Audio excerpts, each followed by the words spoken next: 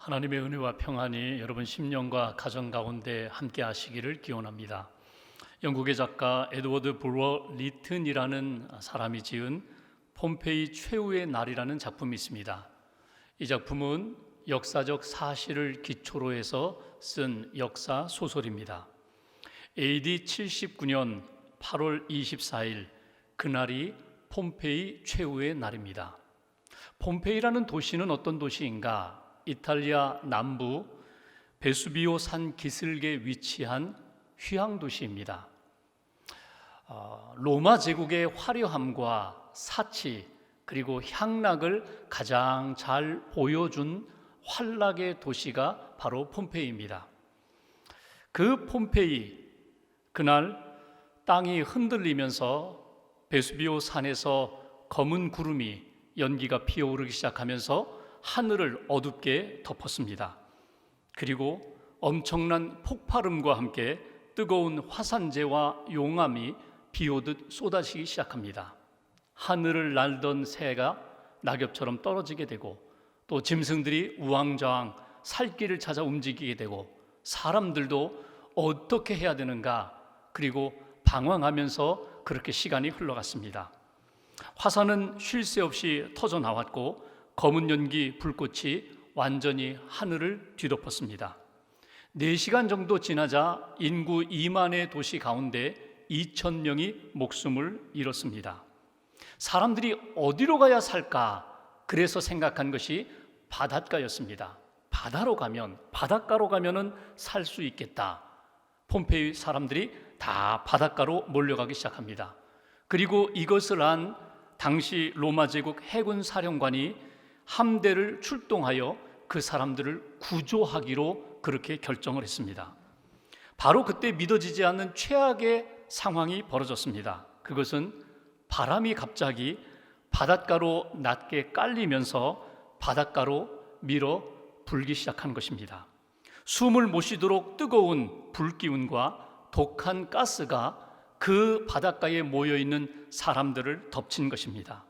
그래서 그곳에 있던 구조받던 사람들이 순식간에 질식사한 것이 바로 폼페이의 최후입니다. 겨우 몇 사람만 살아남아서 이 일을 증언하고 기록한 것이 오늘 우리에게 남아있다는 것입니다.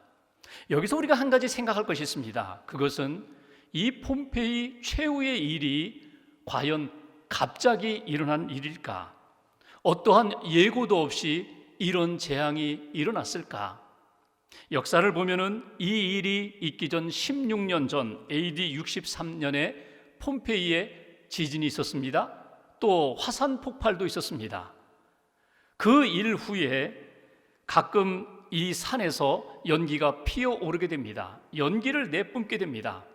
사람들이 그것을 보면서 야, 다시금 화산이 폭발할 수 있겠다. 이런 경각심을 갖기보다는 그 피어오르는 연기, 그 모습을 즐겼다는 것입니다.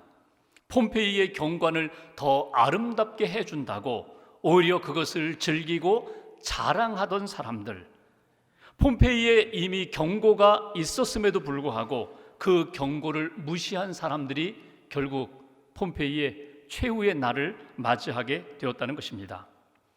우리는 살아가면서 많은 경고를 듣게 됩니다. 경고를 만나게 됩니다.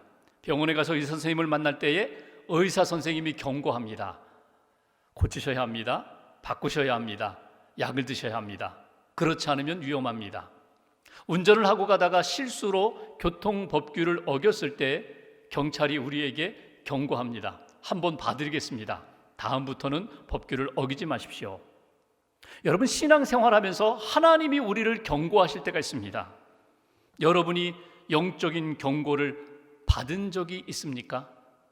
하나님이 말씀으로, 성령의 감동으로 또는 사건으로 여러분에게 경고하실 때, 그 영적인 경고를 받을 때 여러분들은 어떻게 하셨습니까? 여러분들이 잘못된 길을 걸어가다가 고치셨습니까? 돌아오셨습니까?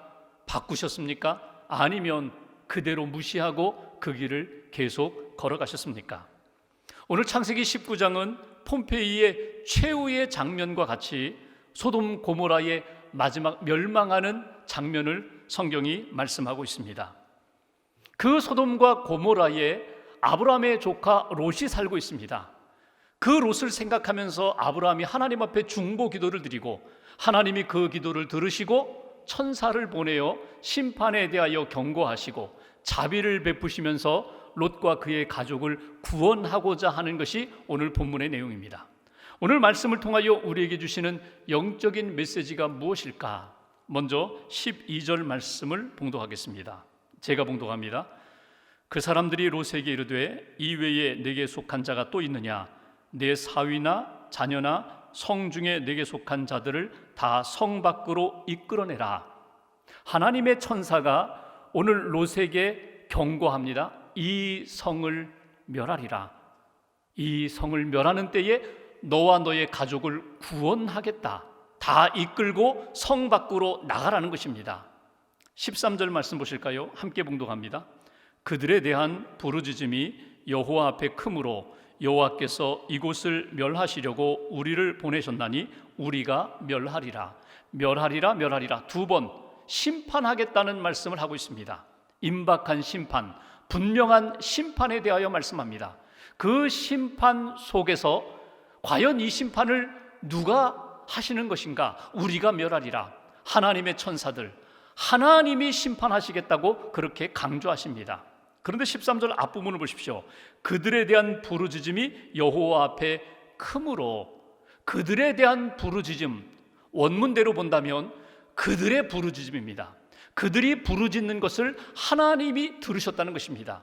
어떤 부르짖음이었을까? 기도와 간구와 탄식의 부르짖음이었을까? 아닙니다. 그들의 부르짖음은 죄의 소리이며 악의 소리입니다. 광란의 소리입니다. 소돔 사람들이 죄 가운데 살아가는 그 소리를 하나님이 듣고 계셨다는 것입니다. 그 소리, 죄 악의 소리가 극에 달했기 때문에 하나님이 심판하기로 작정하셨다. 이것이 오늘 첫 번째로 주시는 메시지입니다. 오늘 이 메시지 속에서 우리가 들어야 할 첫 번째 하나님의 음성이 있습니다. 죄를 심판하리라. 하나님이 오늘 우리에게 말씀하십니다. 죄에 대하여는 내가 반드시 심판한다고 하시는 하나님의 말씀을 오늘 우리가 들어야 한다는 것입니다. 하나님이 심판하려고 하는 그 소돔은 어떤 곳입니까? 창세기 13장에 보면은 아브라함의 목자들과 롯의 목자들이 서로 다툴 때에 헤어지기로 합니다. 그때 아브라함이 롯에게 이야기합니다. 내가 좌하면 내가 우하고 내가 우하면 내가 좌하리라. 선택권을 조카 롯에게 줍니다. 그때 롯이 바라보았던 땅이 소돔과 고모라 땅입니다. 소알 땅입니다. 창세기 13장 10절에 보시면 롯이 그 땅을 바라보았을 때 아직 심판하기 전이었기 때문에 그 땅이 비옥합니다. 물이 넉넉합니다. 그러면서 성경은 이렇게 표현하고 있습니다. 마치 여호와의 동산 같고 애굽 땅과 같았다. 여호와의 동산 같았다. 에덴 동산 같았다는 것입니다. 보기에 너무 아름다운 땅, 살기 좋은 땅같이 보였다는 것입니다. 그런데 애굽 땅 같았다는 것은 무엇입니까?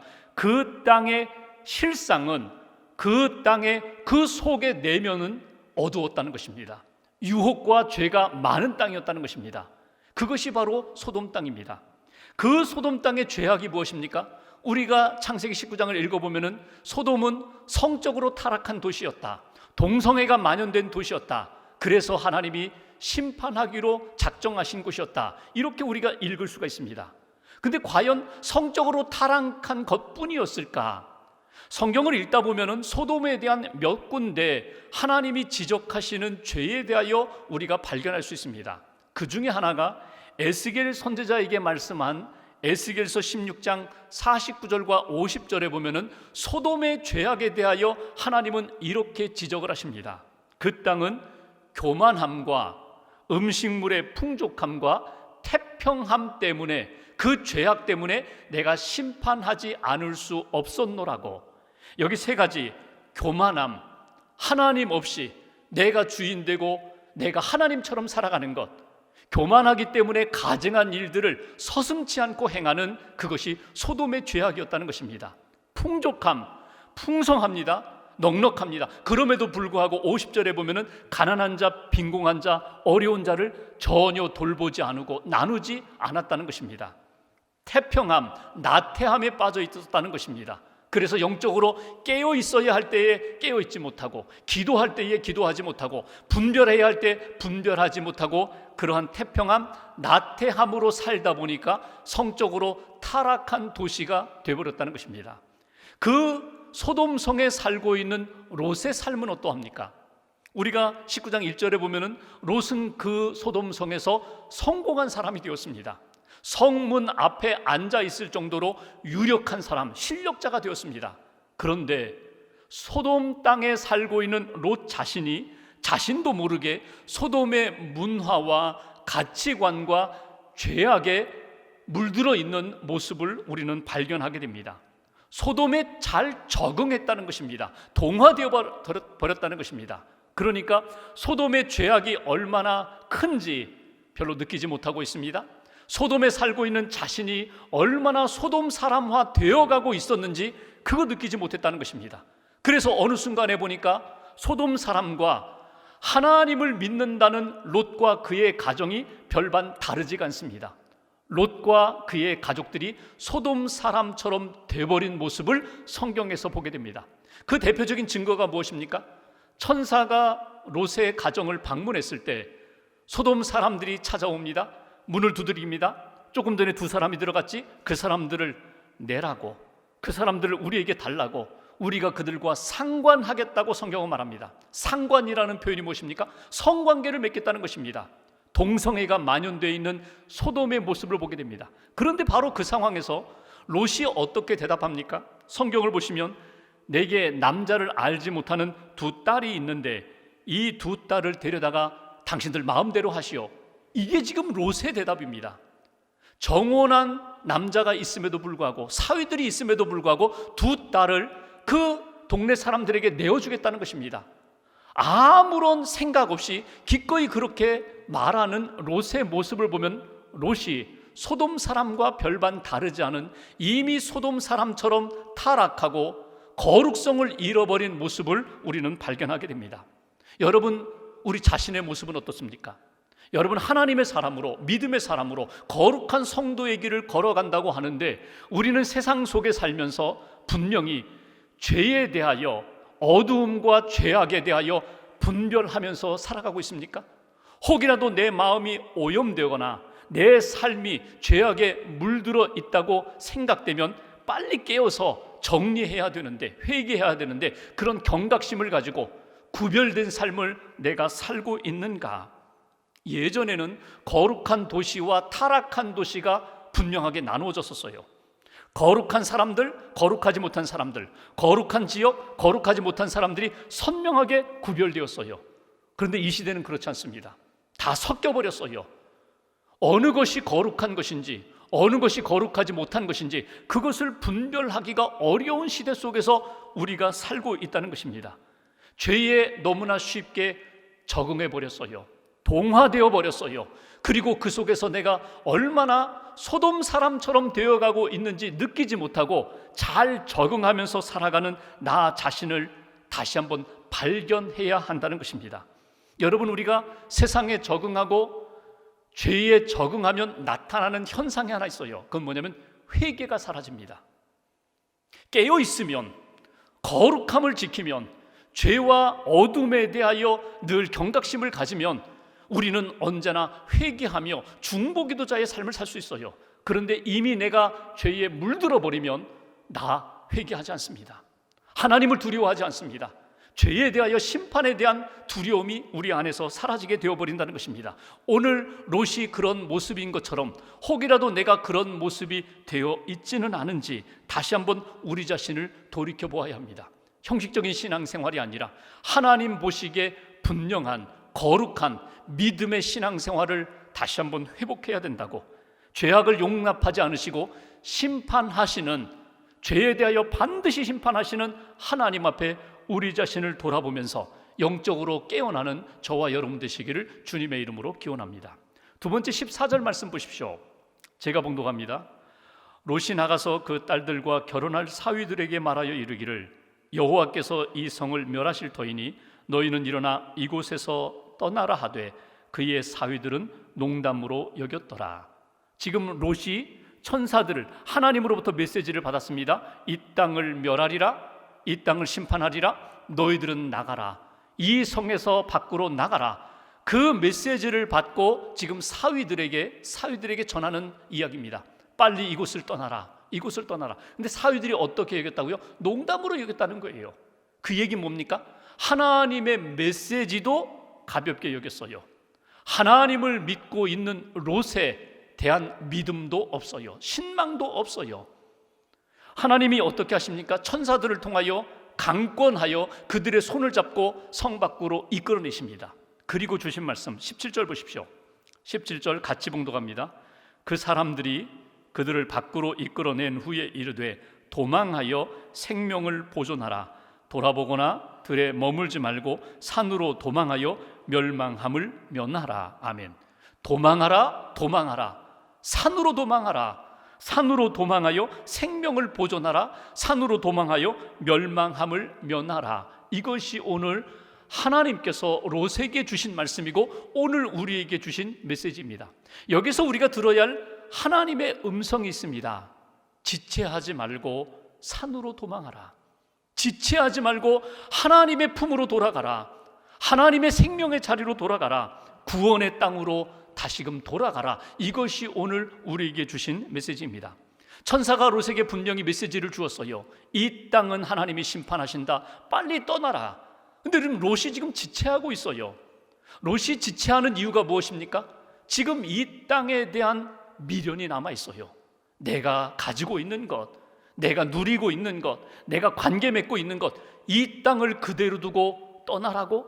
쉽지 않아, 쉽지 않아. 머리로는 이해하고 있어요. 그러니까 하나님의 말씀에 대하여 심판과 구원에 대한 하나님의 말씀을 받은 것 이해하고 있어요.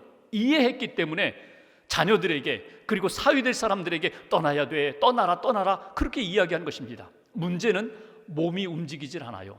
머리는 이해하는데 몸이 따라가지 않아요. 왜 따라가지 못할까요? 마음이 움직이지 않아서 그래요. 왜 마음이 움직이지 않을까요? 아직도 그의 마음속에는 하나님의 말씀에 대한 신뢰와 그 말씀으로 순종해야 될 때 살아난다는 믿음보다는 아직도 그 땅에 대한 미련이 남아있어요. 그 땅에 대한 아쉬움이 남아있어요. 마음이 움직이지 않으니 몸이 움직이지 않고 미적미적대는 오늘 롯의 모습을 우리는 보게 됩니다. 우리가 예배를 드리다가 기도하다가 말씀을 듣다가 하나님이 내게 주시는 말씀을 받을 때가 있어요. 분명히 하나님이 내게 주신 말씀입니다. 떠나야 돼. 분명히 하나님이 순종하라고 말씀하세요. 머리로는 아멘하고 그렇게 받아들이는데 몸이 움직이질 않아요. 왜 몸이 움직이질 않을까요? 내 안에서 성령님이 계속 역사하셔서 움직이라고 하시는데 성령의 감동과 성령의 역사보다는 아직도 내 감정, 내 생각이 주인으로 자리 잡기 때문에 순종하지 못하는 그런 모습 우리 자신 안에서 발견할 수가 있습니다. 삶에서 지체하지 말아야 할 것들이 있어요. 뭐 다음에 해도 되고 내년에 해도 되는 많은 일들이 있지만 하나님이 말씀하실 때에 내게 사인을 주시고 경고하실 때에 지체하지 말아야 할 것이 있습니다. 회개에 관한 것, 하나님이 죄에 대하여 지적해 주시고 회개하라고 할 때에 다윗처럼 그 자리에 무릎 꿇고 엎드려 하나님 잘못했습니다, 회개하는 것, 지체하지 말 것입니다. 또 하나, 구원에 관한 것, 하나님이 말씀을 믿고 그 믿음으로 구원받으라고 할 때 믿을까 말까, 여러분 갈등하지 마세요. 미루지 마세요. 믿음으로 받아들이세요. 아멘으로 받아들이세요. 생명에 관한 것, 내 영혼이 사는 문제에 관한 것 미룰 수가 없습니다. 미뤄서는 안 됩니다. 하나님이 성령님을 통하여 내게 말씀을 주실 때 예, 제가 힘들지만 믿음으로 순종하겠습니다. 아멘으로 받아들이겠습니다. 그리고 내 마음 성령님이 다스리셔서 내 삶이 그 기뻐하시는 생명길로 걷게 해주세요. 산으로 가게 해주세요. 하나님의 품으로 가게 해주세요. 믿음의 길 걷게 해주세요. 그렇게 결단해야 한다는 것입니다. 오늘 롯의 모습을 보면은 하나님이 말씀하신 대로 움직이질 않아요. 그 중에 하나가 뭐냐면 하나님이 이렇게 말씀하셨죠. 지체하지 말고 산으로 도망하라. 들에 머물지 말라. 이렇게 말씀하세요. 움직였어요. 출발은 했는데 그 하나님의 구원의 자리까지 가는 과정 가운데 많은 유혹들이 있어요. 눈에 보이는 유혹이 있어요. 그 대표적인 유혹이 뭐냐면 들에 머물지 말라. 그들은 어떤 들입니까? 요단들입니다. 풍요한 땅입니다. 처음 마음에 들어서 결정하고 정착한 땅이 바로 요단들입니다. 그 요단들을 바라보면서 머뭇머뭇거리지 말아라. 미련두지 말아라. 왜? 그 요단들의 마음을 빼앗기는 순간 너는 하나님의 산에 올라가지 못해. 너는 믿음으로 결정하면서 그 땅까지 이르지 못해. 계속해서 머뭇머뭇거리는 그런 인생이 된다. 하나님이 말씀하세요. 내 삶에 하나님이 주신 마음을 따라서 순종하면서 중간에 혹이라도 좌로나 우로나 치우치게 하는 것들이 있다면 끊어버려라. 보지 말아라. 직진해라. 하나님이 기뻐하시는 생명의 자리까지 이르는 거기에 집중하라고. 거기에 집중하라고.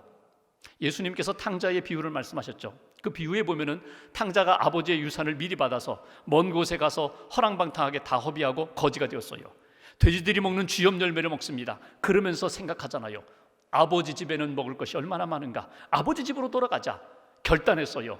아버지 집을 향하여 출발했습니다. 근데 만약에 아버지 집으로 가는 과정 가운데 쥐염 열매 더미를 만났다고, 한번 큰 쥐염 열매 먹을 것들을 많이 발견했다고.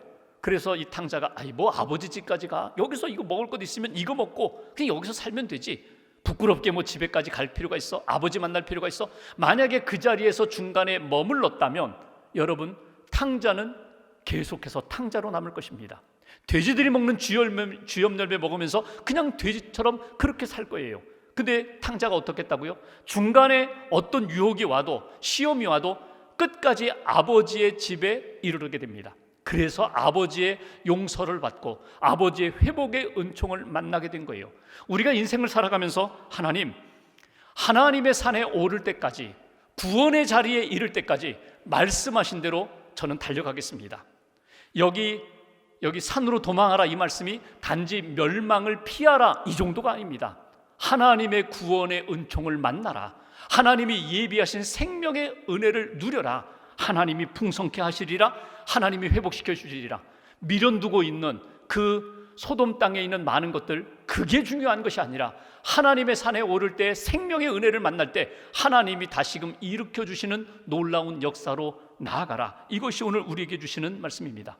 그 은혜를 사모하세요. 하나님의 산, 구원의 산, 믿음의 산, 기도의 산에 제가 올라가겠습니다. 계속 올라가겠습니다. 내가 구원받은 자답게, 생명받은 자답게 생명을 보존하는 삶을 살겠습니다. 생명을 지키는 삶을 제가 살아가겠습니다. 생명을 드러내는 삶을 하나님 앞에서 살아가겠습니다. 다시 한번 지체하지 말고 머뭇거리지 말고 하나님이 기뻐하시는 그 땅을 향하여 직진할 수 있는, 나아갈 수 있는 저와 여러분 되시기를 주님의 이름으로 기원합니다. 마지막 한 가지, 24절 25절 보십시오.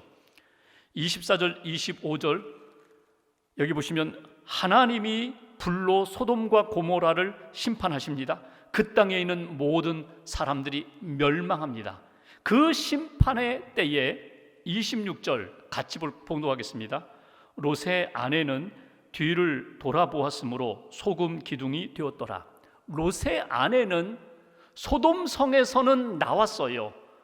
그런데 소돔 성에서는 나와 구원은 받았는데 중간에 뒤를 돌아보았다는 거예요. 뒤를 돌아봄으로 소금 기둥이 되었다. 왜 돌아보았을까? 여러 가지 우리가 생각할 것이 있어요. 롯의 아내가 왜 다시금 뒤돌아보았을까? 애착심 때문에, 아쉬움 때문에, 미련 때문에. 그 땅에 너무나 많은 것들이 있는데 그것을 두고 간 그 롯의 아내의 마음이 아직도 그 소돔 땅에 있다는 거예요. 또 한편으로는 하나님의 말씀에 대한 반신반의, 믿음으로 고백하면서 하나님의 말씀을 믿고 따라가지만 또 한편으로는 의심도 있어요. 정말 소돔 땅이 멸망했을까? 그 땅에 남아있는 나의 모든 것들, 재산, 그 모든 것들이 다 무너졌을까? 그래서 뒤돌아보았던 것이고 돌아봄으로 소금 기둥이 되었다. 여기에서 주시는 하나님의 음성이 있습니다. 여러분, 믿음의 길을 걸어가며 생명의 길을 걸어가며 하나님이 부르시는 그날까지 하나님이 기뻐하시는 생명의 길을 걸어갈 때에 뒤돌아보지 말라는 것입니다. 뒤돌아보지 말라는 것입니다. 돌아보고 싶지요. 한 번쯤 돌아보고 싶지요. 하나님의 사람, 구원받은 사람은 옛 생활과 과거를 향하여 뒤돌아보지 말아야 된다. 날마다 하나님이 주시는 말씀과 경고와 성령님을 통하여 우리에게 깨닫게 해주시는 교훈을 받고 구원의 삶을 계속해서 이어가야 된다. 하나님이 약속하신 그 나라와 그 세계를 바라보면서 믿음의 길을 걸어가야 된다. 하나님이 이미 17절에 말씀하셨잖아요. 뒤돌아보지 말아라. 뒤돌아보지 말아라. 다시 말하면 뒤의 것에 대하여 더 이상 관심 두지 말아라. 하나님이 심판하신 것에 대하여 미련 두지 말아라. 그런데 롯의 아내가 미련을 두었다는 거예요. 여러분, 이것은 롯 아내만의 문제가 아니라 구원받은 이스라엘 백성도 그랬잖아요. 애굽에서 나와 요단강 홍해를 건너서 광야에 머무는 동안 이스라엘 백성들이 물이 없어 목마를 때에, 먹을 것이 없어 배고플 때에, 어려움을 만날 때 그들이 했던 이야기가 무엇입니까? 우리가 애굽에 살 때에는 먹을 것이 많았는데 애굽에 대한 향수를 가지고 그때가 좋았어. 그것이 하나님 앞에 늘 내놓았던 이야기예요. 과거를 그리워합니다. 과거를 미화합니다.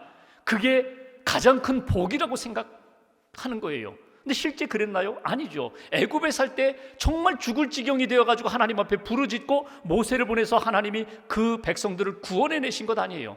근데 과거에 대한 향수 때문에 미래를 보지 못해요.